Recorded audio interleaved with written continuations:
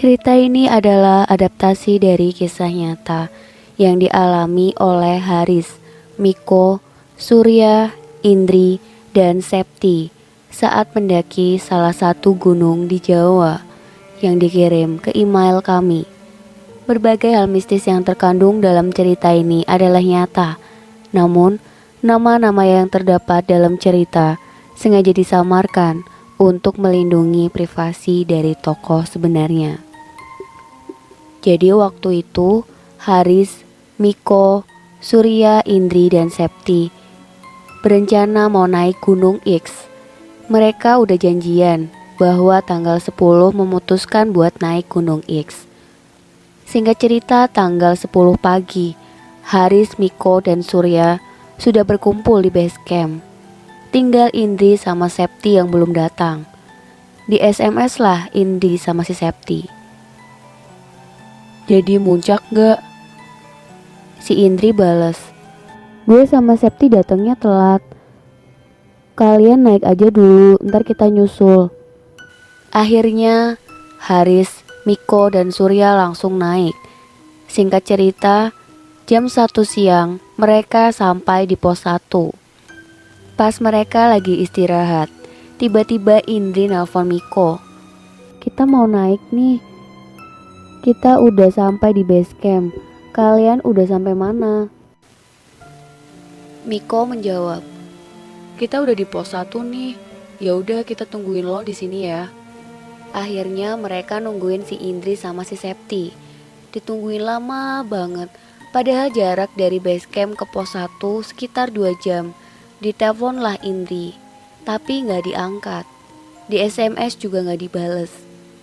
Singkat cerita, mereka udah mulai sedikit jengkel sama si Indri dan si Septi. Tiba-tiba sekitar jam 7 malam, si Indri nelpon Miko. Pas diangkat, gak ada yang nyaut, cuma kedengaran suara aliran sungai. Miko ngomong pakai suara cukup keras. Dia bilang, "Halo? Udah sampai mana sih lo?" Miko berpikiran, mungkin Indri gak kedengeran karena di telepon itu berisik banget suara air. Karena gak disautin sama Indri, akhirnya Miko nanya ke salah satu penjaga pos di sana. "Pak, kalau jalan ke pos 1 ini yang ada aliran sungainya di mana ya, Pak?" Si bapak ketawa dan bilang, "Dek, jalan ke pos 1 mana ada sungai, kecuali di jurang baru ketemu sungai." Miko mendadak pucat. Dia protes ke bapak penjaga pos. "Pak, beneran, temen saya nelpon nih, tapi cuma kedengeran bunyi arus sungai. Bener cuma ada di jurang sungainya. Coba bapak dengerin ini, saya loudspeakerin." Mereka yang ada di pos 1 otomatis semuanya dengar suara telepon itu. Tiba-tiba si bapak penjaga pos telepon ke orang yang jaga parkiran di base camp. Dan si bapak tukang parkir itu menginformasikan kalau tadi ada 2 cewek naik motor ke pos 1. Udah dilarang, tapi 2 cewek itu bilang kalau mereka jalan kaki bakal ketinggalan rombongan. Oh iya, di gunung ini kalau dari base camp ke pos 1 bisa naik motor. Lalu si tukang parkir tanya ke penjaga pos 1. Memang mereka belum sampai, padahal mereka ke sana jam 1-an. Si bapak penjaga pos langsung pucat. Lalu dia matiin teleponnya. Lalu bapak penjaga pos itu telepon ke pihak base camp buat minta bantuan ke tim SAR. Langsung Miko, Surya, Haris, dan bapak penjaga pos turun buat nyari si Indri sama si Septi. Di perjalanan turun, tiba-tiba ada yang nelpon bapak penjaga pos. Ternyata yang nelpon itu tim SAR. Sekitar 30 menit kemudian, tim SAR sampai ke parkiran. Mereka langsung naik buat nyari Indri sama Septi. Tim SAR naik bareng sama tukang parkir yang ada di base camp.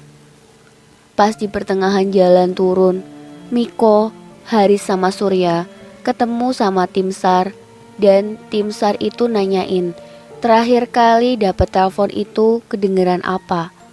Terus Miko bilang kalau cuma kedengeran bunyi arus air. Akhirnya mereka mutusin nyari di sekitar jurang karena memang sungainya cuma ada di bawah jurang. Tiba-tiba salah satu tim SAR teriak, "Itu ada kedip-kedip di bawah jurang." Langsung mereka mutusin ke jurang, tapi turunnya dari jalur lain yang jalurnya agak landai. Jadi jalan dari base camp ke pos 1 kalau jalan kaki bisa ngabisin waktu sekitar 2 jam. Tapi kalau naik motor otomatis perjalanan bisa lebih cepat. Sekitar jam 1 malam akhirnya Indri sama Septi ketemu, tapi sudah meninggal. Motornya ringsek. Indri sama Septi mukanya udah bonyok dan berdarah-darah. Kata tim SAR, mereka kena batu kali. Akhirnya korban dikeluarin dari sana dan dibawa ke rumah sakit supaya jelas penyebab kematiannya karena apa. Langsung tim SAR nelpon kedua orang tua korban dan pas datang otomatis langsung histeris. Sekitar jam 4 subuh, polisi sama salah satu tim SAR datang ke rumah sakit. Pihak rumah sakit bilang kalau dua cewek ini meninggal di tempat karena kepala belakang mereka pecah kena batu. Salah satu ibu korban bilang kalau anaknya nelpon pas maghrib. Dan itu juga dikonfirmasi sama Miko bahwa korban tadi nelpon juga jam 7 malam. Sontak polisi heran. Polisi itu bilang kalau dia udah buka daftar panggilan dari kedua HP korban dan gak ada panggilan keluar sejak mereka jatuh. Tapi kalau panggilan masuk ada banyak. Sontak semua orang di sana merinding. Mikirin siapa yang nelpon ke HP orang tua korban sama ke HP Miko. Padahal jam 7 malam korban menelpon Miko waktu Miko nungguin di pos 1. Saat itu saksinya juga banyak waktu Miko ngangkat telepon dari korban. Singkat cerita, keesokan harinya korban dimakamkan. Di pemakaman, orang tua korban menangis histeris. Miko, Haris, Surya juga ikut datang ke pemakaman korban saat itu. Seminggu kemudian, Miko cerita katanya sering dimimpiin sama korban. Di dalam mimpi, korban minta tolong ke Miko buat sering-sering jengukin ke pemakamannya. Entahlah, yang datang di dalam mimpi Miko itu jin korinnya korban atau cuma mimpi biasa. Itulah kisah mistis yang dialami Miko dan teman-temannya yang dikirim ke email kami. Terima kasih untuk yang sudah mengirimkan kisah-kisah mistis ke email kami. Jika kalian mempunyai kisah mistis, kalian boleh share cerita kalian ke email kisah.mistisku@gmail.com. Link email kami ada di deskripsi. 10 pengirim pertama bulan ini yang ditayangkan akan mendapat souvenir dari kami. Terima kasih.